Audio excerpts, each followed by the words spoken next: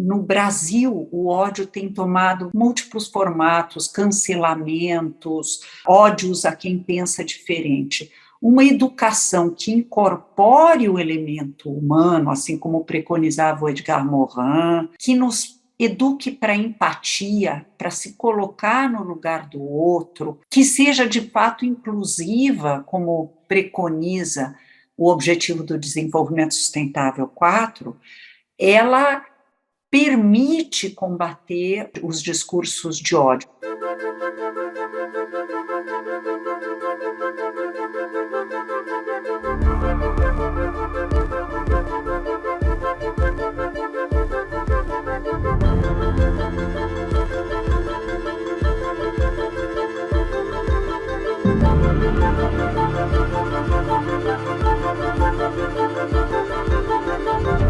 O meu pai é romeno e minha mãe é húngara, portanto, eu sou primeira geração nascida no Brasil. Isso me trouxe algumas coisas diferentes, como, por exemplo, eu aprender português no jardim de infância e não em casa. Em casa se falava francês, então minha primeira língua foi francês.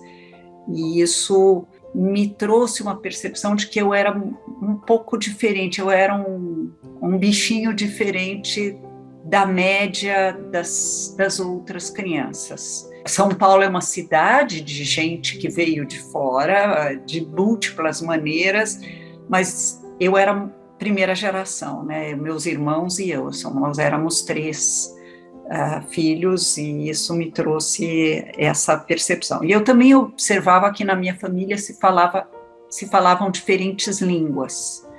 Então, havia um ramo da família que se comunicava em alemão, não era Yiddish.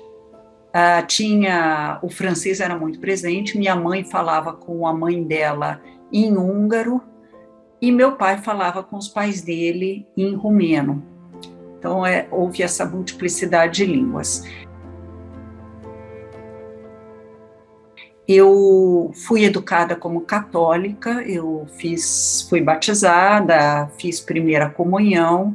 Eu tinha consciência que tinha alguma coisa diferente nisso, mas eu sabia que era católica, era essa informação que eu tinha, e eu estudei num colégio de freiras.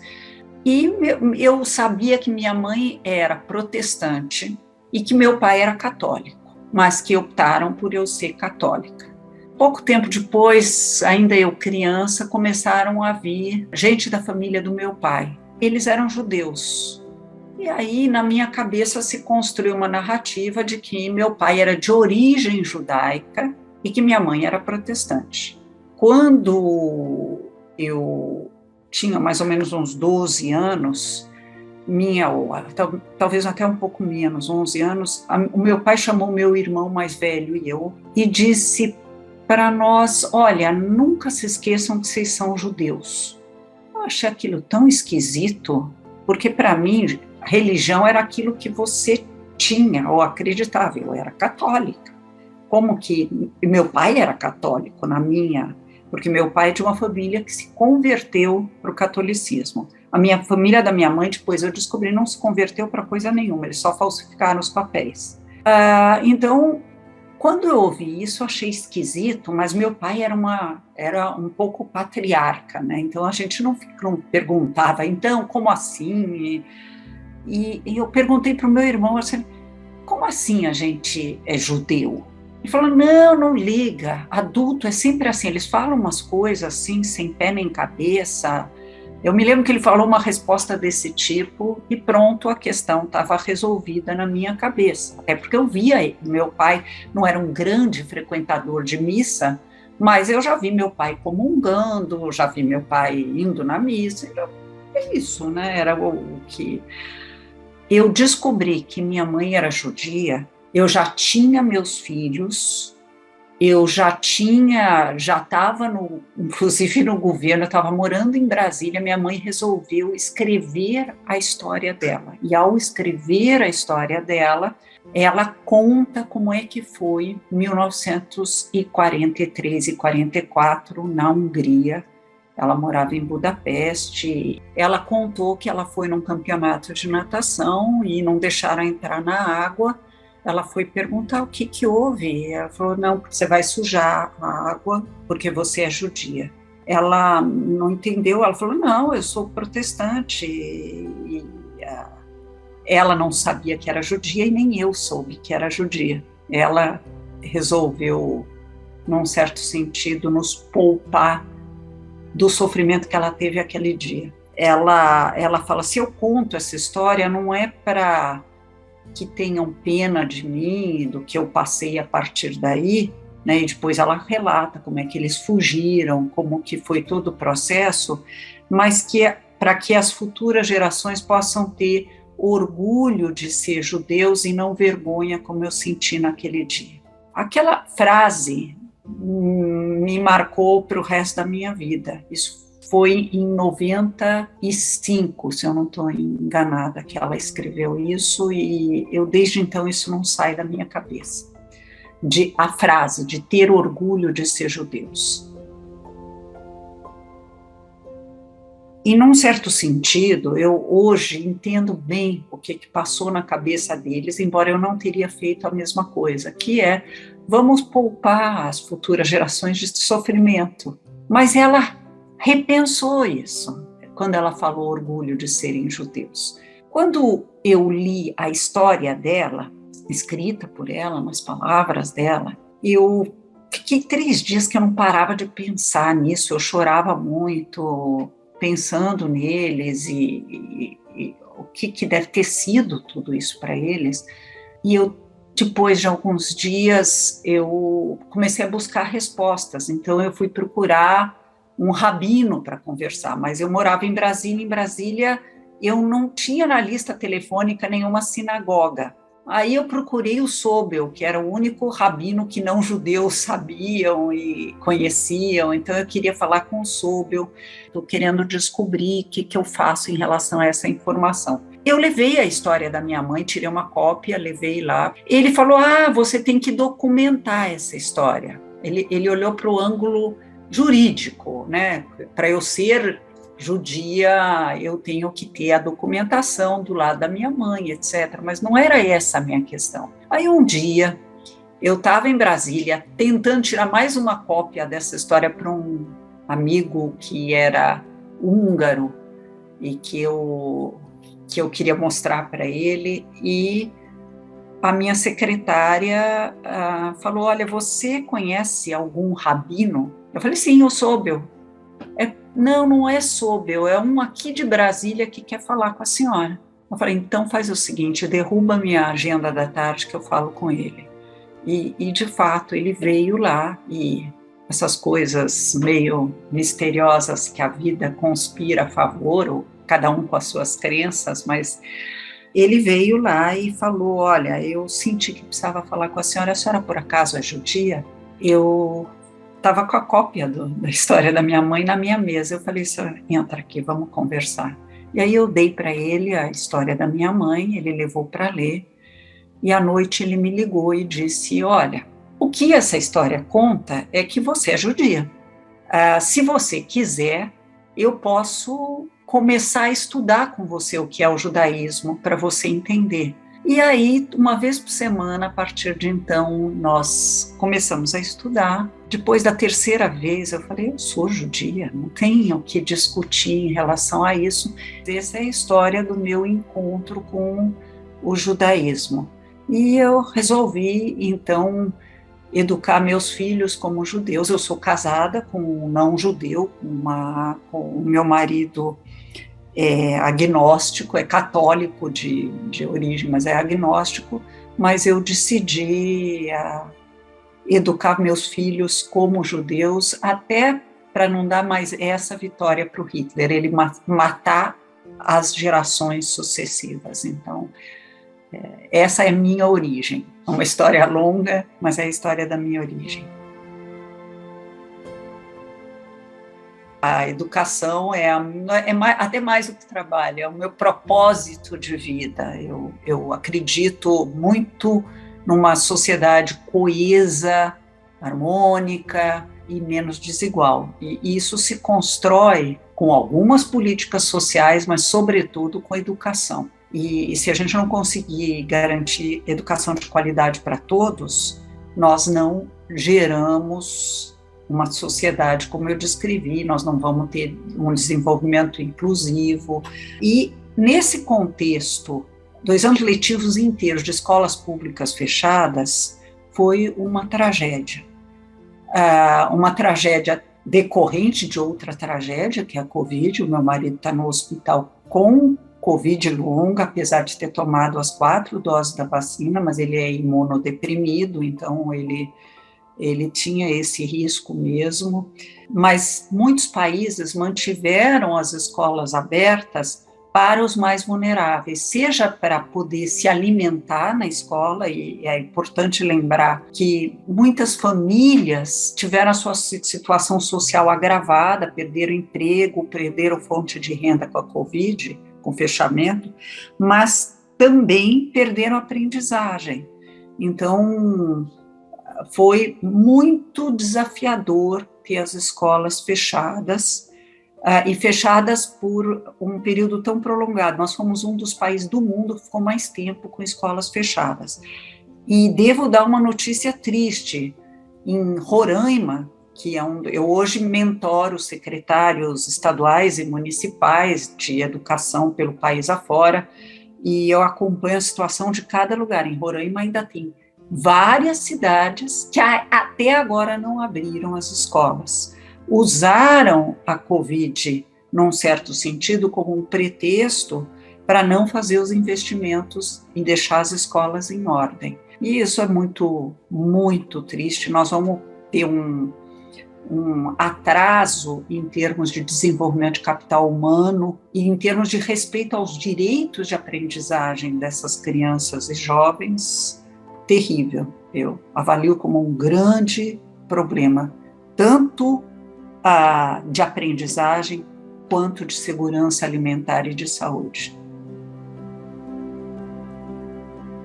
Ele veio para ficar, não substitui professor, nenhum estudo prospectivo aponta na direção de, para crianças e adolescentes, o professor ser substituído. Evidentemente, com adultos, você pode ter educação à distância de boa qualidade, mas a criança e o adolescente não tem ainda o córtex pré-frontal, que é a parte do cérebro que faz autorregulação, que permite uma certa disciplina e autonomia para aprender desenvolvido. Então, você vai precisar da tecnologia na mão de um bom professor. Professor, aliás, agora é mais importante do que nunca, porque nós, no mundo do trabalho, competimos com robôs, como o Yuval Harari mostra, como Martin Ford mostra. Nós estamos na tal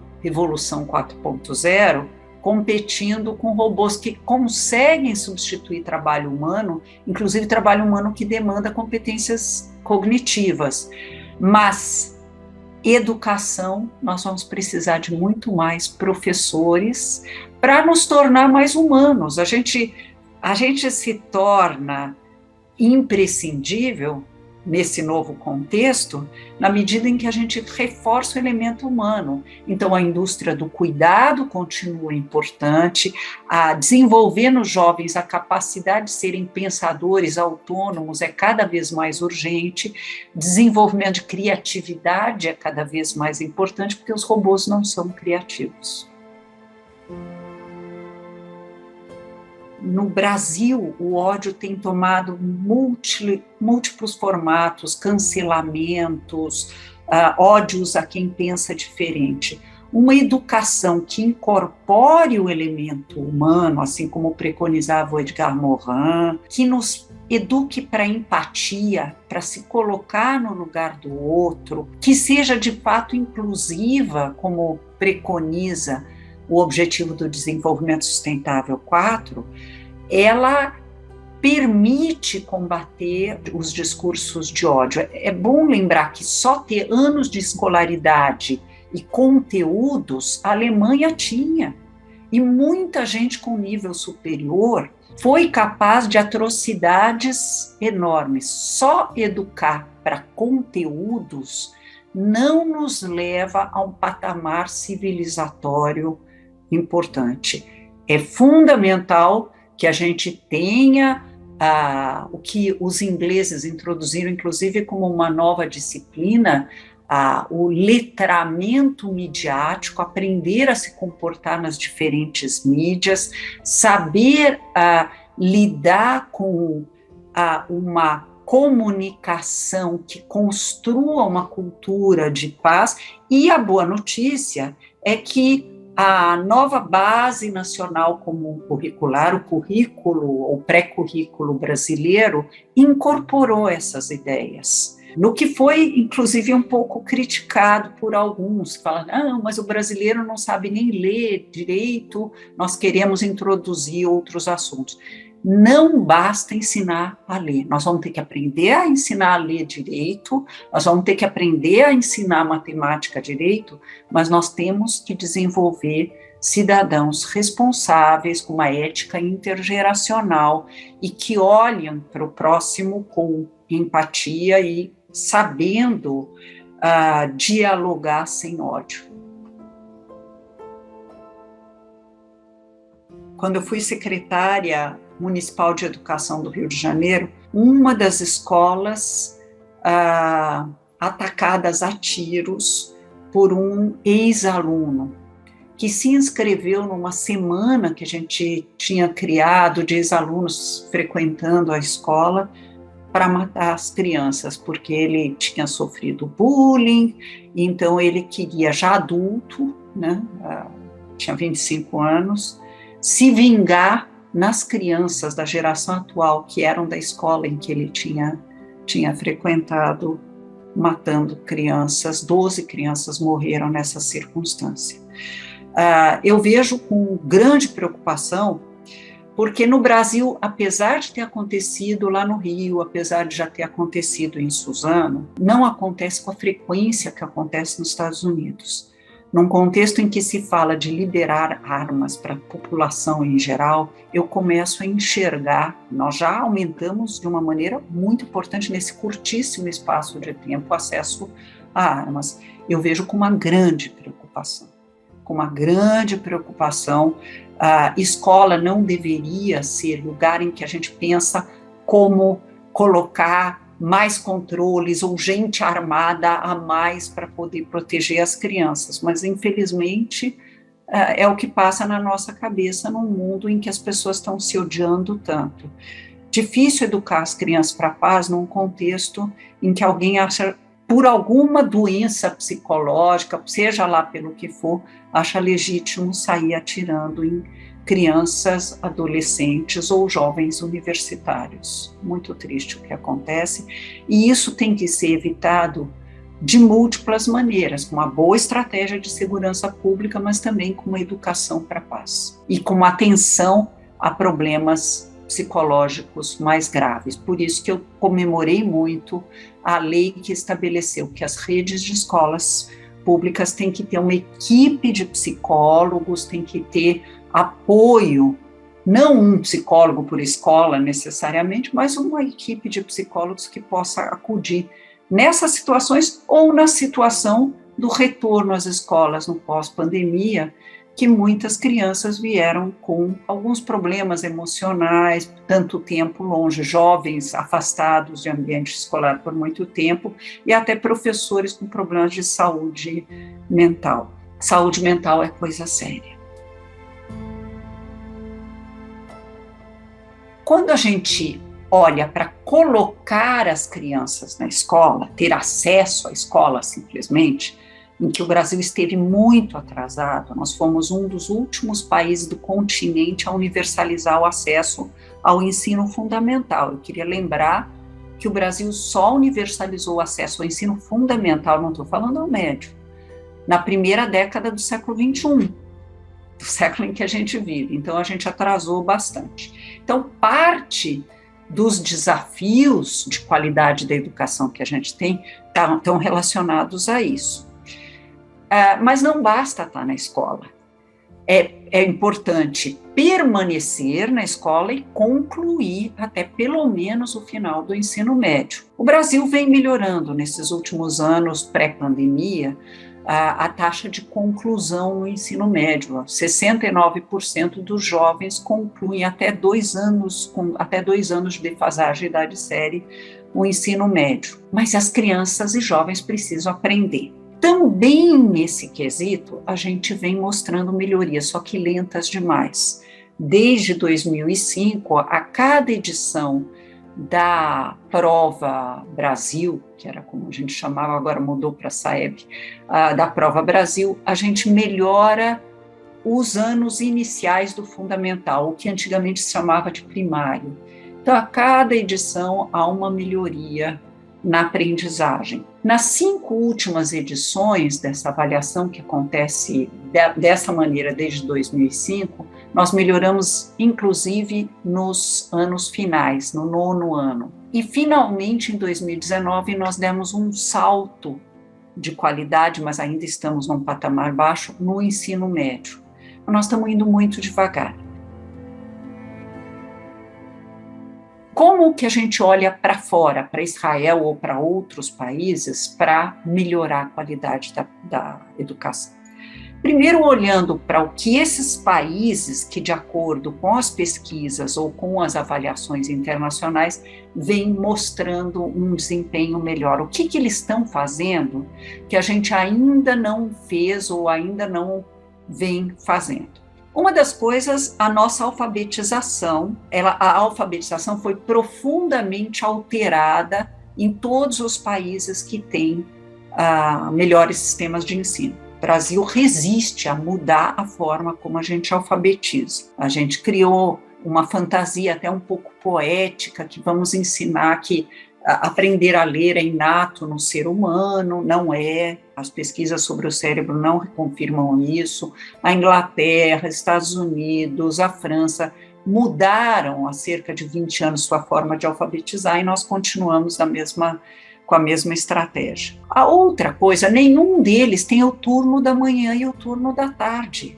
As crianças ficam na escola, não digo 9 horas por dia, como fica a Coreia, mas de 7 a 9 horas por dia, não só tendo aulas, mas tendo clube de dança, clube de ciências, esportes, outras atividades. Nós achamos que funciona 13 matérias com 4 horas de aula. Então, a gente tem que se inspirar pelo que eles fazem. Mas a boa notícia é que alguns estados e municípios brasileiros vêm fazendo a coisa certa e tendo progresso, apesar do nível socioeconômico e apesar da escolaridade dos pais ser mais baixa, como é o caso de Pernambuco, por exemplo, que está com um ensino mais parecido com Israel e com a Europa, em termos de uma jornada única na escola, e com até visões bastante contemporâneas, uma educação mais mão na massa, que Israel vem praticando também. Hoje, a escola em Pernambuco de ensino médio, as escolas públicas, são todas de 7 a 9 horas de aula por dia. Não por acaso, Pernambuco, que era o penúltimo colocado em 2007 no ranking do IDEB, que é o índice que mede a qualidade da educação, hoje está em 3º lugar e tem se mantido em 3º lugar nos últimos 6 anos. Ou seja, o Brasil precisa se inspirar no que é feito lá fora, mas se inspirar também no que o próprio Brasil já faz certo. Teresina é a melhor capital em educação no Brasil, melhor que São Paulo. O que eles fizeram? Eles mudaram a forma de alfabetizar, indo ao encontro do que a ciência mostra. Eles passaram a gerenciar a aprendizagem, a fazer boa gestão da aprendizagem. Sobral, no Ceará, mudou a forma de alfabetizar até antes de Teresina ter mudado. Começou a ensinar competências socioemocionais, passou a avaliar a cada 2 meses para ter um bom monitoramento da aprendizagem. Com isso, Sobral, durante muito tempo, foi a melhor cidade do Brasil em IDEB. Nos últimos anos passou na frente um outro município do Ceará. Por quê? Porque o Ceará, o governo estadual, apoiou os seus municípios para fazer um pacto pela alfabetização na idade certa, com o método certo, com a forma certa. Tudo isso eu conto, desculpe levar tanto tempo, para mostrar que o Brasil precisa olhar para fora e olhar para as boas experiências que a gente vem desenvolvendo para aprender com o que já é feito para a nossa realidade. É importante lembrar que 68% do sucesso escolar de uma criança depende de quantos anos, em média, seus pais estudaram. E Pernambuco conseguiu, e essa realidade na Europa é muito diferente, a cultura é muito diferente, mas eles trouxeram essa realidade para o Brasil e mostraram que mesmo com isso, esses 32% que a gente pode aproveitar para o efeito escola, em vez de a escolaridade dos pais, podem ser mais bem usados, e isso nos faz avançar em aprendizagem. A primeira mensagem que eu queria deixar para vocês, jovens, e agora estou me dirigindo diretamente para vocês, é: não vamos cair em narrativas paralisantes que nos levam a pensar o Brasil é uma tragédia em educação, portanto, não adianta fazer nada. Adianta muito. A gente pode, como os exemplos que eu trouxe aqui, mudar essa realidade. Em segundo lugar, eu queria dizer que é possível construir um caminho de paz e de ética. O ódio não nos leva a lugar nenhum. Isso não quer dizer não combater com seriedade a exclusão, as injustiças, mas não é por meio do ódio que a gente desconstrói essas coisas todas. E o terceiro lugar, eu queria falar da minha experiência ou da minha vida, e aqui eu queria falar com os jovens judeus. Foi muito bom reconstruir a minha identidade. A gente precisa ser inteiro em que faz. E quem vos fala aqui é uma jovem senhora de 66 anos. Redescobrir a minha origem, entender quem eu sou, uma brasileira judia, em paz com as suas múltiplas identidades. Descobrir e respeitar, até celebrar a nossa origem, não é feito com ódio ao outro que tem outra origem. É muito bom estar em paz com a sua origem e achar bonito que os outros eventualmente tenham outras origens e estejam também em paz com as suas origens. É assim que se constrói uma cultura de paz e de convivência.